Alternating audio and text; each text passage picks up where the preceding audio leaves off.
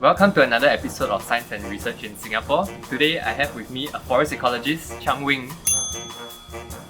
Basically, you study forest ecology and land use change, right? Can you tell us more about what is land use change? So a lot of people in Singapore might think that the city is like an entirely urban city, but actually less than 200 years ago, the entire island was covered by forest. And so over the past 200 years, the land use has changed so much that we have less than 1% of primary forest left in Singapore. What is primary forest and what is secondary forest? So the primary forest is basically forest that no one's ever touched before, no human disturbance.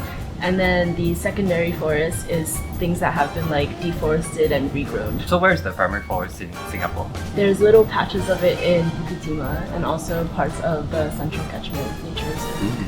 So just curious, why are primary forests so important? Primary forests hold some of the most biodiverse ecosystems, so a ton of different plant and animal and fungi species in these types of forests. They also hold a lot of the world's carbon, so they hold a lot more carbon than secondary forests because they have super big trees that sequester all of this carbon and make sure that it's locked up instead of emitting greenhouse gases into our atmosphere.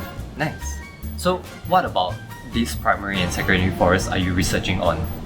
So I look at the differences below ground. So a lot of times when you go into the forest, you see all of the big trees and the plants and animals around you, but you don't actually notice what's under your feet. So there's roots and soil and fungi and bacteria, and all of that plays a really big role in the nutrients going on in that ecosystem. Can you share with the audience why is your research so important from a conservation point of view? So one of the biggest challenges for forest conservation is conversion of land to agriculture.